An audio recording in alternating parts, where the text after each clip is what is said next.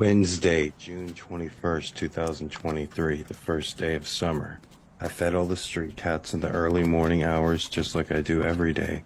I've brought a lot of dry food the past 2 days, as you can see in my videos, because I've been running low on canned food.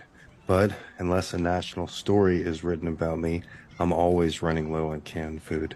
I usually have a case of tuna on hand in case things get too low.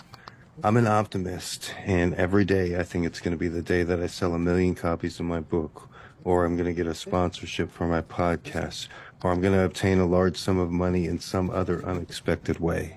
The reality is those moments are few and far between. But optimism is something that we're born with. It's either in our nature or it isn't. I have a fraternal twin brother who is the opposite. He is pessimistic about anyone and everything. For me, great things start off, and I'm a morning person, and I expect great things daily.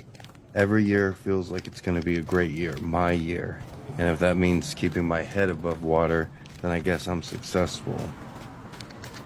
But when I was a kid, my favorite season was summer, and I always thought every summer would be me and my friends riding our bikes and filled with adventures of climbing tree houses, collecting frogs, building forts, chasing fireflies, 4th of July picnics, barbecues, and fireworks, and anything else that my young mind could fathom up from American sitcoms, radio bullshit, and other forms of propaganda.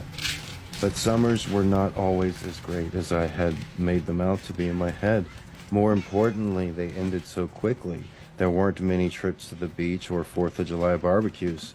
I do remember watching a lot of television, and towards the end of the summer, me and my brother would always think about the coming school year and how it would end the long summer boredom. Even if you cannot emphasize enough in life how time flies, especially as you get older.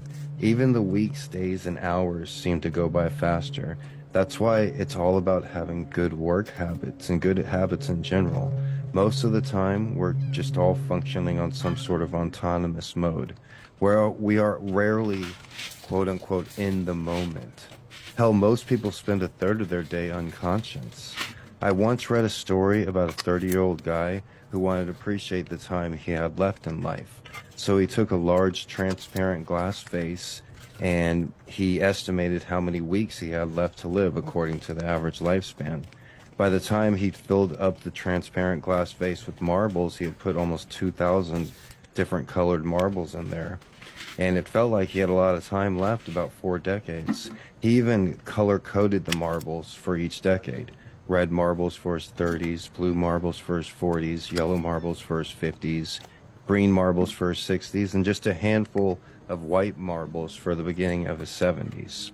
Every week, right after he got back from church, he took one marble out and threw it away. It seemed like forever to get through the red marbles in his 30s, and just throwing away one per week. When he turned 40, the blue marbles seemed to disappear much quicker than the red. And before he knew it, he turned 50.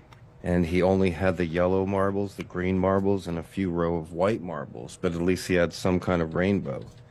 But by the time he knew it, he had turned 60.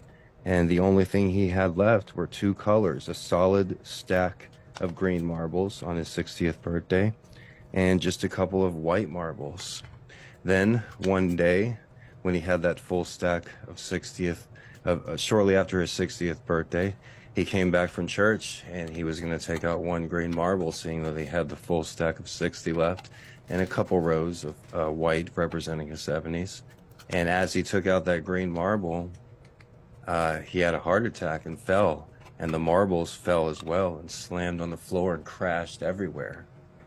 And the thing is, he went to church every week, but he also drank and he also smoked and he didn't take care of his health.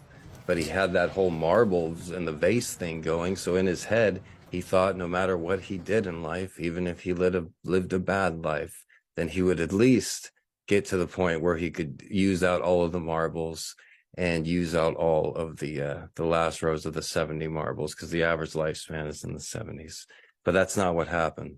The glass broke and he died shortly after his 60th birthday. And my name is Gregory Brandt, aka Mr.G.